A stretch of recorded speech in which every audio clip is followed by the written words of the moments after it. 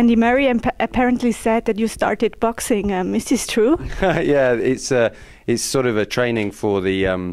It's not really boxing, but it's using the pads, and it's a great way to stay fit. I mean, it's so hard, and yeah, I've really enjoyed it, and you know, it's much more fun than just going for a run or something like that. So yeah, it's good fun.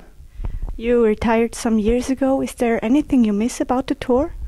I think you know, when you're playing in the biggest and best tournaments, and you're playing, you know, the big matches, then that was always great fun. But when you appreciate all the work and you know, the energy, the commitment that goes into that, I don't miss that. And obviously traveling, you know, being away from my family for 30-35 weeks of the year, that's obviously something that I don't miss at all. But no, it's still fun to come out and play some tennis, and hopefully I can play for a few more years yet.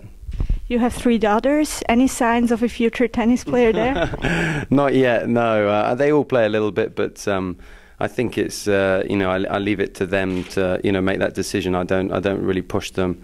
They play a little bit at home, but they're still young. They're only 9, 7 and 4, so they've got plenty of time to play tennis in the future. Let's talk a bit about the current situation on the ATP Tour. Did you expect Roger to play so well after that kind of brutal loss at the Australian Open against Nadal? Well, it was you know, it's always important to see how players deal with adversity, and I've never doubted Roger's, you know, ability, and you know, he's still so fit and healthy, and he's only 30. You know, there's many players that have played on a lot longer than that. So for me, it hasn't surprised me. I've always said that you know, if he's playing his best, then he can beat anyone, and to see the run that he's been on since the US Open last year is fantastic. And you know, he's always got that belief. He's won a lot of tournaments. If he can continue with that level in the Grand Slams, then for sure he could get back to #1. You've worked with Paul Annacone during your career. Do you think he's a key factor to what Roger has achieved in the past? Yeah, definitely. I think he has a, you know, important part to play, but you can't get away from the fact that Roger's, you know, he's the one out there hitting the shots. But with Paul's experience, I think he's been a great addition to the Federer team, and you know, I still speak to Paul a lot, and he's you know, a good friend of mine. So he's really enjoyed it, and I think you know, proof is in the pudding. You know, it's the results that he's been having. It's moving in the right direction.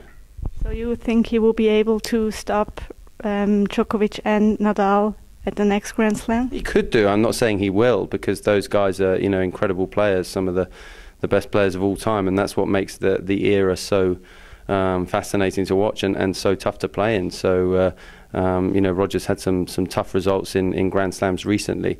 For so many years he won those matches, and he's lost a few, but I still think he's got more Grand Slam titles in him.